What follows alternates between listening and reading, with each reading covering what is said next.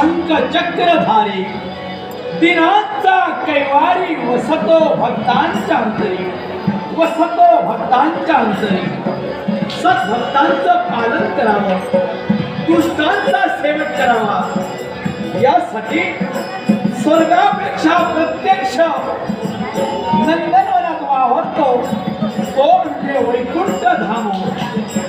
या वैकुंठ धामाची उन्नती व्हावी म्हणून महाद्वारावर जय विजय हे महाभक्त आम्ही निर्माण केले। देव दानव सावत्र बंधुत्वाचं नातं, पण त्यावेळी वाद निर्माण झाला।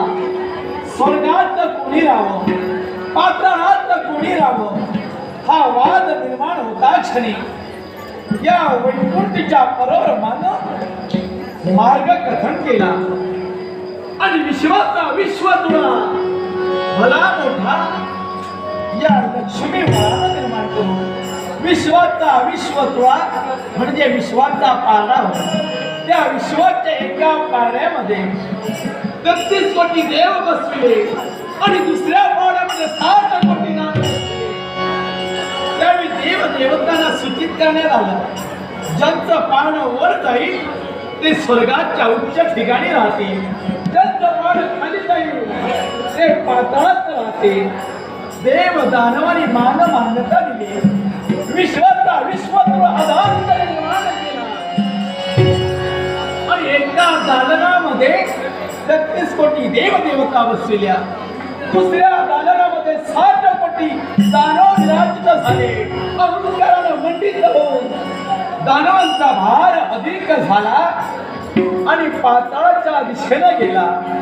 देवतांचा भार साची परकाळी धारणी तत्व सत्वाने नटून तो मानव वर आला म्हणून देव हे वर स्वर्गात राहू लागले आणि दानव हे पाताळात राहू लागले। पण पूर्व वैमनस्य नजरेसमोर ठेवून देव साम्राज्यावर असुरानं स्वारी केली। मनाला वाटे, बुद्धीला पटे, त्यावेळी माझ्या भक्तांना जर का मी दिलं असेल तर मरणभूमीच्या ठिकाणी मानवाला सुद्धा अहंकार निर्माण होईल।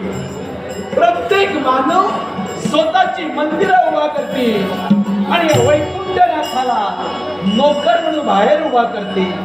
म्हणून मी माझ्या भक्तांना पावणार आहे, मी माझ्या भक्तांच्या हाकेला धावणार आहे आणि तो कसा असेल, जो